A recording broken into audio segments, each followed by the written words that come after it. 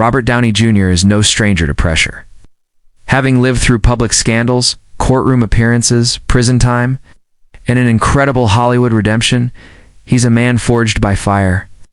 But no one expected the cool-headed Iron Man actor to lose his composure on live television. When he appeared on The View for what was supposed to be a lighthearted chat promoting his latest independent film, serious dramatic role far from the Marvel Universe, things turned unexpectedly sour. Sitting across from Joy Behar, Robert looked relaxed, his signature smirk in place. The crowd welcomed him with applause, fully expecting charm, wit, and anecdotes from the set. But just minutes into the segment, Joy shifted the tone, diving straight into politically loaded territory. What followed was a verbal confrontation that ended with Robert removing his mic and storming off stage, leaving the panel audience and millions of viewers in complete disbelief. Asterisk, the interview opened in standard fashion. Joy asked about the shift from Iron Man to portraying a controversial whistleblower in a gritty drama. Robert spoke passionately about storytelling, responsibility, and growth. But then Joy pivoted. You've played heroes, but what about real-life heroism? With everything going on politically, where do you stand? Robert paused. I think my job is to tell the stories and let the audience draw their own conclusions. That wasn't enough for Joy. But don't you think silence from people like you equals complicity? She prodded. Robert leaned back. I've never been silent. I've just never been a fan of yelling my beliefs louder than everyone else. The tension was subtle at first, cloaked in smiles, but it was clear both were digging in. And the audience, sensing a storm brewing, fell into an anticipatory silence. Asterisk Joy, emboldened by the quiet, pressed harder. You've spoken vaguely about being pro-humanity, but people want specifics. Where do you stand on the current administration? On civil rights? On climate change? Robert's face hardened, the usual sparkle in his eyes dimming. I've supported causes that matter to me: clean energy, prison reform, education. I don't put it all on social media because I believe in action over performance. Quipped, but performance is your job, isn't it? That stung. Robert replied sharply, there's a difference between being a performer and being performative. The jab landed. But instead of moving on, Joy doubled down. Don't. You think it's cowardly to play it safe when people are suffering? That word cowardly was the spark. Robert's jaw tightened. Don't know what I've faced, what I've fought through. And I won't let you reduce my choices to cowardice just because they don't fit your script. Asterisk, the crowd, now uneasy, watched as Robert's posture stiffened. I've spent years rebuilding not just a career, but a life. I don't answer to pundits. I answer to my conscience. Joy shrugged.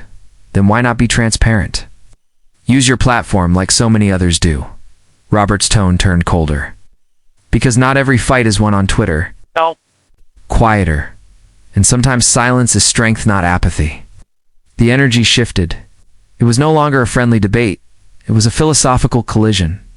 Sunny Hostin tried to mediate, suggesting the focus return to Robert's film. But Joy wasn't done.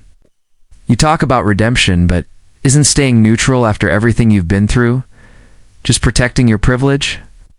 The line cut deep. Robert's face changed entirely. No longer engaged, no longer polite. Something inside had snapped. And what came next shocked even the most seasoned panelists. Asterisk, he leaned forward, speaking low but firm. Let me tell you something about privilege. Joy. Privilege is surviving addiction, scandal, incarceration, still being expected to smile while being lectured by someone who's never had to rebuild their life from the ground up. Audience gasped. I've lived at the bottom. I've seen people die in cells next to me. And you want to talk about who's earned the right to stay quiet until they're ready? I've earned that right. Joy blinked but didn't back down. This isn't about your past, it's about the present. Robert stood up slowly. No. This is about respect. Clearly I've overstayed mine here. He began unclipping his mic. The producers behind the cameras scrambled, not sure if this was theater or reality, but anyone watching could tell this wasn't scripted. This was a man drawing a line in the sand. Joy, still seated, attempted to salvage the moment. Are you seriously walking away because of a few hard questions? Robert, now standing and fully unplugged, turned toward her. No, I'm walking. Away because this wasn't a conversation, it was an interrogation disguised as journalism. He turned to the audience. To anyone watching, I hope you find your voice.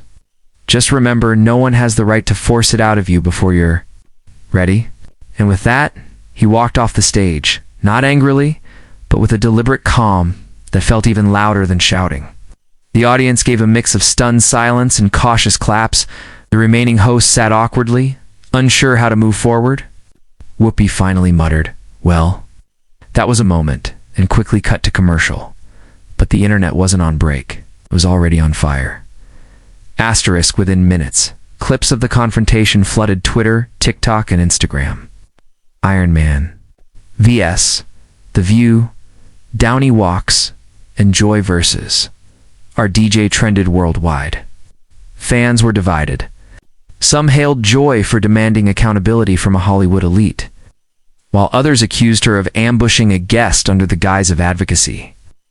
But the majority of reactions praised Robert's composure, his honesty, and his refusal to play the viral soundbite game. People posted his final quote on repeat. This wasn't a conversation. It was an interrogation disguised as journalism. That single sentence resonated beyond celebrity gossip. It tapped into a growing fatigue, the public's exhaustion with media setups masquerading as dialogues.